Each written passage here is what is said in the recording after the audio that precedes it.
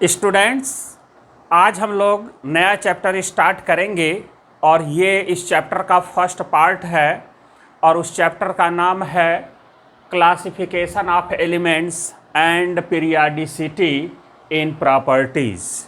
तो स्टूडेंट्स, हम लोग यही चैप्टर डिस्कस करेंगे और इसको पीरियाडिक टेबल के नाम से भी हम लोग ये चैप्टर जानते हैं। और ये चैप्टर देखिए बहुत इम्पॉर्टेंट है। ये आप क्लास 10th में भी पढ़ेंगे, क्लास 11th में भी पढ़ेंगे और 12th में जाएंगे जब तैयारी करेंगे तो वहाँ पर भी आप पढ़ेंगे। कहने का मतलब है कि इसको पढ़ना ही पड़ेगा क्योंकि ये बेसिक चीज़ है। अगर ये बेसिक चीज़ क्लियर होगा तभी केमिस्ट्री बहुत अच्छे से समझ में आएगा। तो इस बेसिक चीज़ों को हम लोग बहुत अच्छे से पढ़ने की कोशिश करेंगे और इसमें हम पूरे आपको थियरी देंगे, है ना, जितना रिक्वायर्ड होगा, मतलब लो लेवल से लेके कंपटीशन लेवल तक इसमें सारी बात हम लोग करेंगे और एक एक करके हम लोग सीढ़ी ऊपर बढ़ते जाएंगे और डेप्थ तक जाएंगे। तो स्टूडेंट्स, अगर ये वीडियो अच्छा लगेगा तो आप सब्सक्राइब चैनल को ज़रूर करिएगा, लाइक कमेंट्स शेयर ज़रूर करिएगा। तो हम लोग स्टूडेंट्स शुरू करते हैं ये पीरियाडिक टेबल।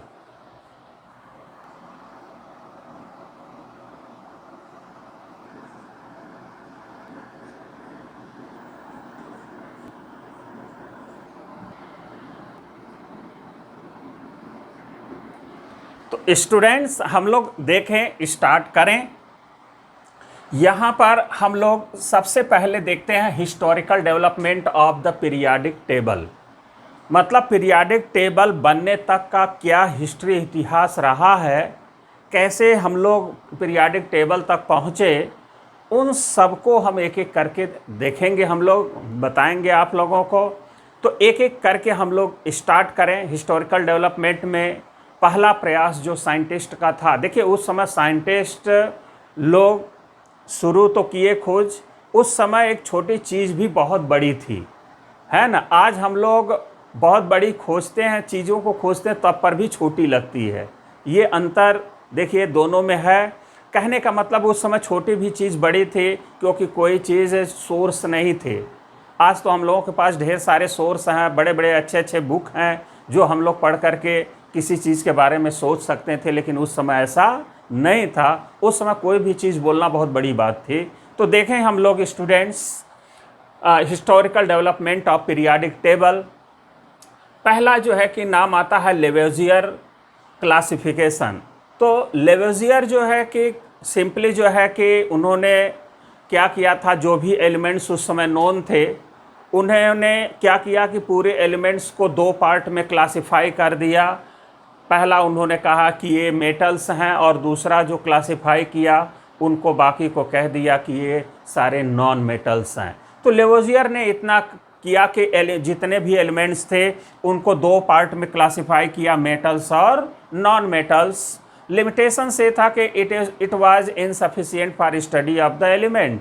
एलिमेंट के स्टडी के लिए वो पर्याप्त तो नहीं था, फिर भी उन्होंने ये चीज़ तो किया, दो पार्ट में डिवाइड किया।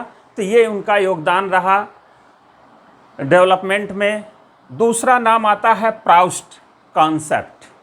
प्राउस्ट के कॉन्सेप्ट में अगर हम लोग देखें कि all the elements are made up of hydrogen atom. उस समय ये प्राउस्ट के अनुसार ये था कि जितने भी एलिमेंट्स हैं वो हाइड्रोजन एटम से क्या है, मिल के बने होते हैं। ये इनका कहना था प्राउस्ट का। और दूसरा पॉइंट ये कि atomic weight of the element, उन्होंने बताया कि n into atomic weight of hydrogen, जो n क्या हो सकता है, 1 2 3 एक्सेट्रा, ये उन्होंने दिया कॉन्सेप्ट। लिमिटेशन ये था कि एटॉमिक वेट में भी in fraction, so this concept was not accepted. उन्होंने कहा था कि जो भी एटॉमिक वेट आएगा वो फ्रैक्शन में भी हो सकता है, तो उस समय ये स्वीकार नहीं किया गया था। इस बात को ध्यान दें हम लोग। तो ये तो था छोटा प्रयास, लेकिन छोटी में छोटी चीज़ ही बहुत बड़ी हो जाती हैं। आगे तीसरे साइंटिस्ट का नाम आता है हिस्टोरिकल डेवलपमेंट में डोबेरिनर्स लॉ ऑफ ट्रायड। तो थर्ड हम लोग देखते हैं डोबेरिनर का।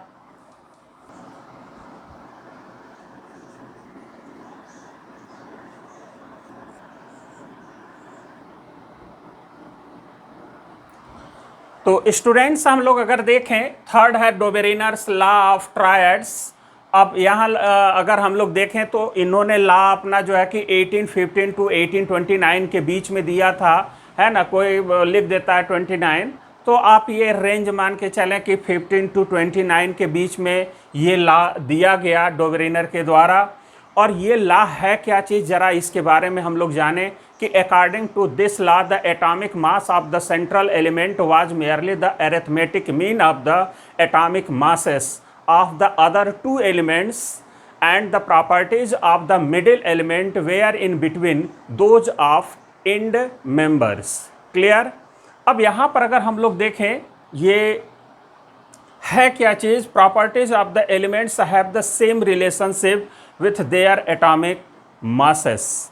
यहाँ पर इन्होंने डोबेरिनर ने अपने लॉ में ये बताया कि जितने भी एलिमेंट्स उस समय नोन थे, बहुत ज़्यादा तो नोन थे नहीं, जो भी एलिमेंट्स नोन थे उन सभी एलिमेंट्स का उन्होंने क्या बना दिया, ट्रायड बना दिया। ऐसे 3 कॉलम में ऐसे उन्होंने ट्रायड बना दिया, 3 एलिमेंट का। ठीक, जैसे अगर हम लोग देखें तो ये फर्स्ट ट्रायड है, ये सेकेंड, ये थर्ड, फोर्थ, फिफ्थ, इस तरह से उन्होंने ट्रायड बना दिया। अब उस ट्रायड में उन्होंने क्या कहा कि अगर हम फर्स्ट और थर्ड एलिमेंट का अरिथमेटिक मीन ले लें और किसका, एटॉमिक मास का, इनका जो लॉ था वो किस पर बेस्ड था, एटॉमिक मास पर। इस बात को ध्यान दें। तो फर्स्ट और थर्ड एलिमेंट्स का अगर हम क्या ले लें, अरिथमेटिक मीन ले लें उनके एटॉमिक मास का। जैसे यहाँ पर है फर्स्ट और थर्ड, इसका एटॉमिक मास से लिथियम का 7 होता, पोटेशियम का 39। इन दोनों को जोड़ करके 2 से डिवाइड कर दिया, एक तरह से एवरेज। तो अब यहाँ पर क्या आ गया, 23। तो हम यहाँ पर कह सकते हैं कि इसका जो 23 वैल्यू आया, वो उन्होंने कहा कि जो बीच वाला एलिमेंट्स होगा उसके एटॉमिक मास के बराबर होगा। तो सोडियम का देखिए 23 होता है, हमने यहाँ पर ब्लैक कलर से रियल में जो उनके एटॉमिक मास होते हैं वो हमने ब्लैक कलर से लिखा हुआ है। तो सोडियम का 23 है, देखिए यहाँ पर अरिथमेटिक मीन निकालने से 23 आ गया। तो उन्होंने ट्रायड में यही चीज़ बोला था। देखिए यहाँ पर जो ये पीरियाडिक टेबल तक पहुँचने का जो ये दौर चला था, साइंटिस्ट कर क्या रहे थे कि सभी एलिमेंट को एक तरह से अरेंज करने की कोशिश कर रहे थे ताकि स्टडी यानी अध्ययन को आसान बनाया जा सके।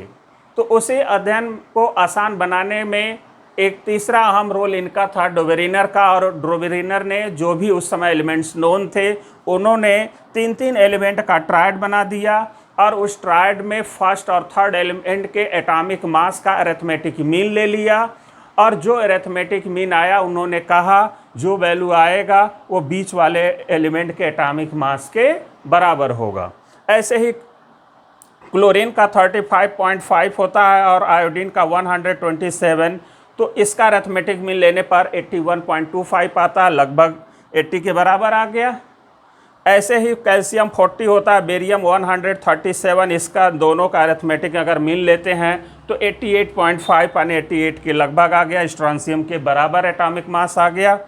ऐसे ही सल्फर, सेलेनियम और टेलुरियम का देखा जाए तो सल्फर और टेलुरियम का जोड़ा गया तो 79.5 आया और वो सेलेनियम के लगभग क्या आया, 79 यानी सेलेनियम के लगभग एटॉमिक मास के बराबर आया। ऐसे ही फास्फोरस, आर्सेनिक, एंटीमनी में फास्फोरस और एंटीमनी का अरिथमेटिक मीन लिया गया तो 75.5 आया, जो कि आर्सेनिक का आप लोग जानते हैं कि 75 एटॉमिक मास होता है।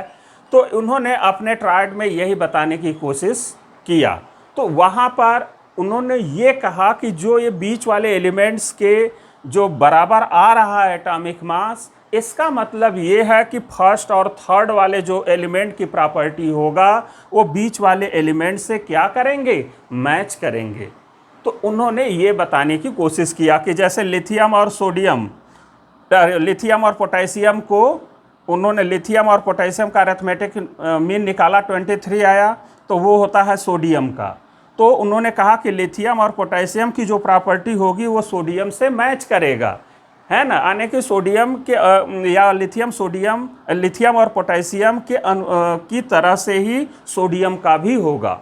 ये उन्होंने बताने की कोशिश किया कि बीच वाला जो एलिमेंट्स था उनकी प्रॉपर्टी मैच करेगा। आगे हम लोग अगले साइंटिस्ट का हम लोग देखते हैं।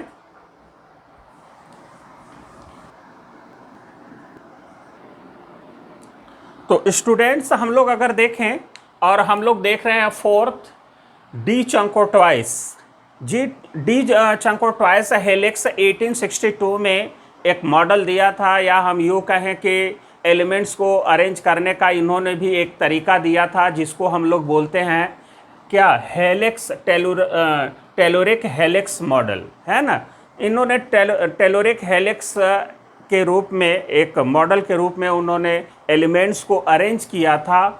तो है क्या उनका, ये जरा हम लोग समझें कि Chancourtois arranged in increasing order of atomic weight is, ध्यान दे, arranged in order of atomic weight in a spiral, या हम कहें कि cylindrical path in which the elements with similar properties lined up verticals. कहने का मतलब हम लोग अगर ऐसे समझें कि डी चंकोट्वाइस ने क्या किया कि 8-8 एलिमेंट का 2 लूप बनाया। जैसे हम यहाँ पर समझने की कोशिश करें कि ये 8 एलिमेंट, यहाँ पर देखिए हाफ लूप ये है, हाफ लूप ये है, हाफ लूप ये है, हाफ लूप में 8 एलिमेंट उन्होंने लिया। और ये हाफ एलिमेंट में अगर देखें तो हाइड्रोजन से लेके फ्लोरीन है, और दूसरे हाफ एलिमेंट में सोडियम से लेकर के पोटेशियम है। और इसमें ध्यान दें कि सारे एलिमेंट्स को उनके एटॉमिक मास के इंक्रीजिंग ऑर्डर में रखा था, एलिमेंट्स को लूप बनाया था, हाफ हाफ लूप।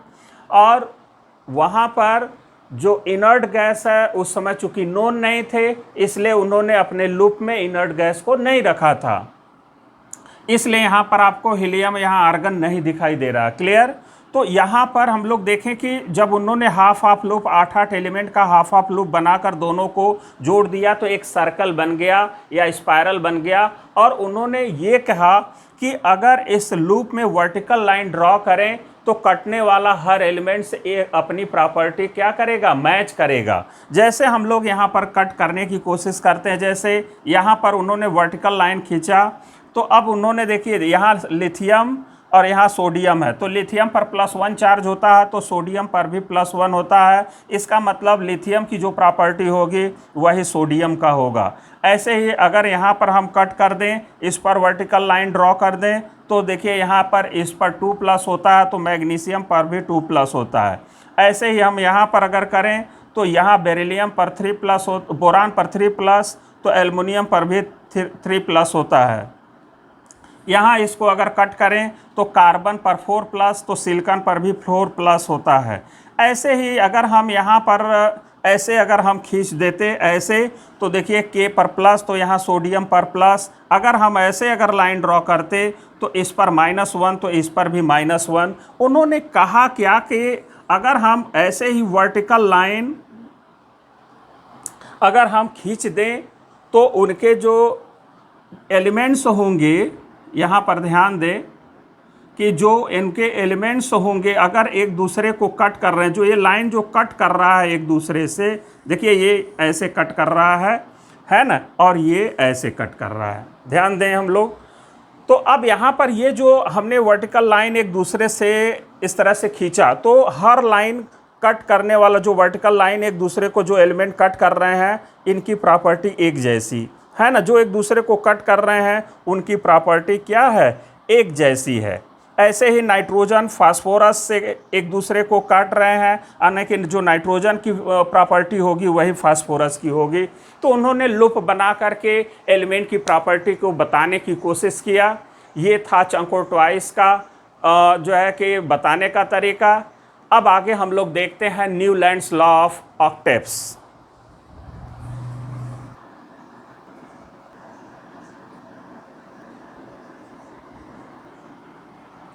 स्टूडेंट्स हम लोग अगर देखें तो अगला जो है कि 5th में देखें तो न्यूलैंड्स लॉ ऑफ ऑक्टेव्स, ये इंग्लिश केमिस्ट से थे और 1865 में इन्होंने अपना लॉ दिया था। इनका पूरा नाम है जॉन अलेक्जेंडर न्यूलैंड। क्लियर। अब यहाँ पर उन्होंने रूल में दिया क्या, उन्होंने बताया क्या, he arranged the 56 element known till time in order of increasing atomic weight. यहाँ पर थोड़ा सा हम लोग ये समझ ले कि तो थोड़ा हम लोगों के लिए बेटर रहेगा न्यूलैंड्स के बारे में कि इन्होंने क्या किया था कि उस समय उनके समय में जो है कि केवल 56 एलिमेंट्स नोन थे और उसी 56 एलिमेंट्स को उन्होंने उनके एटॉमिक मास के इंक्रीजिंग ऑर्डर में क्या किया, एलिमेंट्स को अरेंज किया और उन्होंने क्या किया कि म्यूजिकल नोट, म्यूजिकल स्केल जो या म्यूजिकल नोट भी कहते हैं कि the 8th succeeding elements was repeating of the first one of the 8th note of the musical scale. यहाँ पर हम लोग देखें उन्होंने म्यूजिकल स्केल पर, जैसे म्यूजिकल स्केल आप लोग जानते हैं बहुत अच्छी तरह से, है ना, अगर म्यूजिक के जो है कि अच्छे अगर पसंदीदा लोग हैं तो जानते होंगे, सा रे गा मा पा धा नी, ये 7 सुर हैं। उन्हीं सुर पर जो है कि उन्होंने क्या किया, एलिमेंट्स को रख दिया, ठीक। और एलिमेंट्स को जब उन्होंने रखा, जैसे यहाँ पर, तो यहाँ पर उस समय देखिए इनर्ट गैस के तो डिस्कवरी हुई नहीं थी, इसलिए उन्होंने एलिमेंट्स में जो यहाँ पर उन्होंने म्यूजिकल स्केल पर जब एलिमेंट्स को उन्होंने रखना शुरू किया तो इनर्ट गैस को नहीं रखा क्योंकि उस समय नोन नहीं थे। तो वहाँ पर अगर फर्स्ट स्केल में अगर हम लोग देखें तो यहाँ पर था पहले हाइड्रोजन, फिर lithium, beryllium, boron, carbon, nitrogen, oxygen, fluorine, sodium, magnesium, aluminium, silicon, phosphorus, sulphur. इस तरह से उन्होंने ये सारे स्केल पर जो है कि उन्होंने एलिमेंट्स को रख दिया और उन्होंने अपनी प्रॉपर्टी में ये कह दिया कि पहला वाला जो एलिमेंट्स होगा वो 8वां वाले एलिमेंट से अपनी प्रॉपर्टी को रिपीट करेगा। कहने का मतलब ये हो गया कि जो एलिमेंट की प्रॉपर्टी, फर्स्ट एलिमेंट की जो प्रॉपर्टी होगी वही प्रॉपर्टी 8th वाले भी एलिमेंट की प्रॉपर्टी होगी। उनके कहने का मतलब ये है, जैसे यहाँ पर ये स्केल में तो एलिमेंट्स रखा हुआ है, अब यहाँ पर जैसे ये अगर फर्स्ट है तो ये 8वां होगा। देखें हम लोग कैसे, जैसे अगर हम इस फर्स्ट को, इसको फर्स्ट मान लें तो ये first, second, third, fourth, fifth, sixth, 7 और ये देखिए 8, ये पहला हो गया, ये 8वां हो गया। कहने का मतलब है कि जो प्रॉपर्टी इसकी होगी वही प्रॉपर्टी इसकी होगी। फर्स्ट वाला 8वें वाले प्रॉपर्टी को क्या कर रहा है, रिपीट कर रहा है, ठीक है। तो यहाँ पर अगर हम कहें कि लिथियम अगर +1 चार्ज अगर रखता है तो सोडियम भी +1 रखता है, यहाँ H- बनाता है तो ये भी F- बनाता है। अगर ये फर्स्ट है तो ये 8वां होगा, ये फर्स्ट है तो ये 8वां, ये फर्स्ट होगा तो ये 8वां। कहने का मतलब है कि इसकी जो प्रॉपर्टी होगी वही इसकी प्रॉपर्टी, या जो इसकी प्रॉपर्टी होगी वही इसकी प्रॉपर्टी होगी।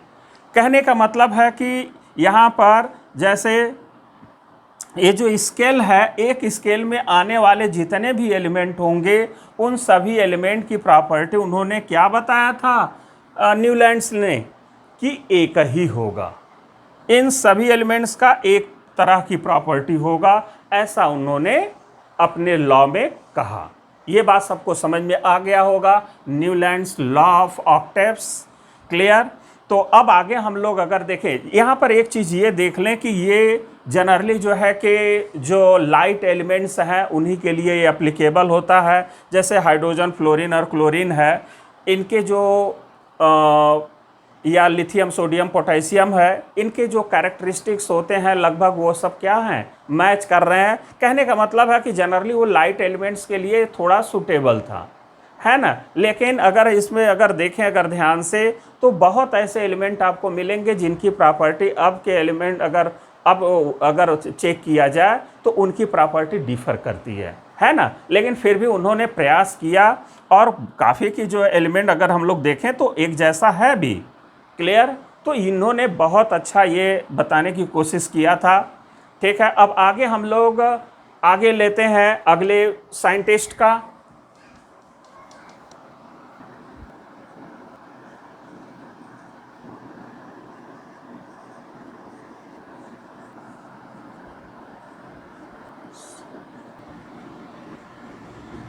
तो स्टूडेंट्स हम लोग अगर देखें Lothar Meyer's curve, Lothar Meyer's ये कर्व अपना जो है कि ये जो एलिमेंट को अरेंज करने का जो तरीका बताया था वो था 1869 में।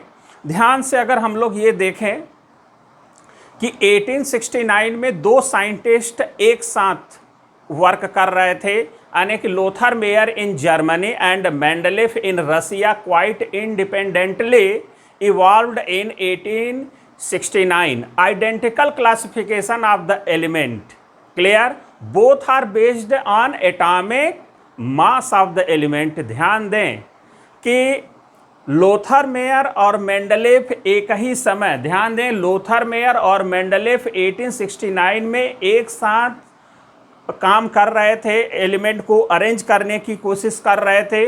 लेकिन जो लोथर मेयर जर्मनी के थे उनको ये नहीं पता था कि कोई और भी एलिमेंट्स को अरेंज करने की कोशिश कर रहा था, न मेंडलीफ को पता था न लोथर मेयर को। लेकिन दोनों के अलग अलग अरेंज करने के तरीके थे। हम लोग यहाँ पर ये समझे कि लोथर मेयर का कर्व क्या था, या लोथर मेयर ने ग्राफ खींचा तो उस ग्राफ से क्या रिजल्ट दिया, या एलिमेंट के बारे में उन्होंने क्या बताने की कोशिश किया, जरा उसको हम लोग देखें एक एक करके।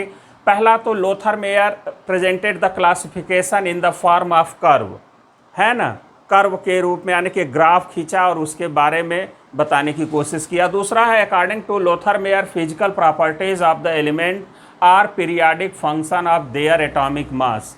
उन्होंने ये कहा कि जो एलिमेंट का फिजिकल प्रॉपर्टीज होगा वो किस पर डिपेंड करेगा, उसके एटॉमिक मास पर। कहने का मतलब है कि उन्होंने जो ग्राफ खींचा था एक्चुअल में वो किस पर बेस्ड था, एटॉमिक मास पर। मतलब एटॉमिक मास को लेकर ही उन्होंने क्या किया था, कोशिश किया था। आगे हम लोग थर्ड पॉइंट में अगर देखें, Lothar Meyer calculated the volume of the known elements. उन्होंने क्या किया लोथर मेयर ने कि जितने भी एलिमेंट्स उस समय नोन थे सभी एलिमेंट्स का एटॉमिक वॉल्यूम निकाल लिया। और एटॉमिक वॉल्यूम निकालने के लिए उन्होंने क्या किया, by applying by this formula, इस फार्मूले को अप्लाई करके उन्होंने सभी एलिमेंट का क्या निकाल लिया, एटॉमिक वॉल्यूम। भाई ये तो हम लोग जानते ही हैं कि वॉल्यूम बराबर क्या होता है, मास बाय डेंसिटी, ये तो सब लोग जानते हैं। तो उन्होंने क्या किया कि एटॉमिक वॉल्यूम बराबर एटॉमिक मास बाय डेंसिटी, मतलब जितने एलिमेंट्स उस समय थे नोन उन सभी के एटॉमिक मास में उसके डेंसिटी से डिवाइड कर दिए और सभी का निकल आया क्या, एटॉमिक वॉल्यूम।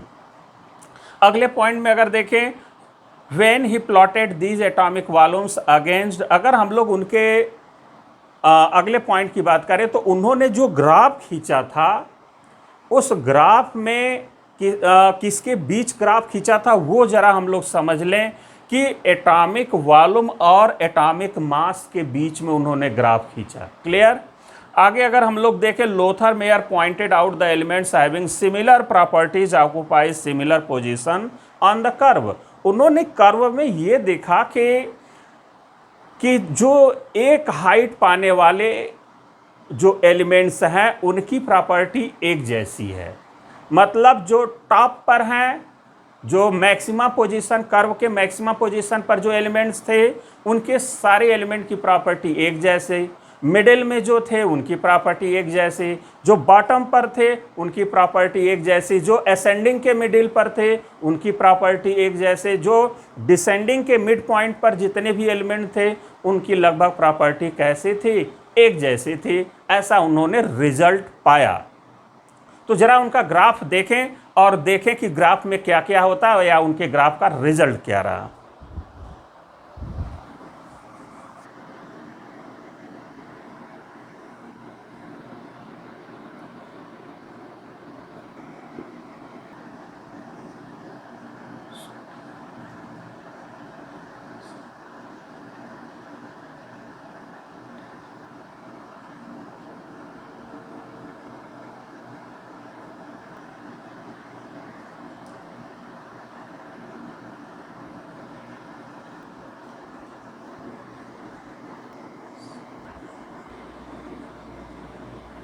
तो स्टूडेंट्स हम लोग अगर देखें लोथर मेयर कर्व के अनुसार इन्होंने 1869 में ये दिया था।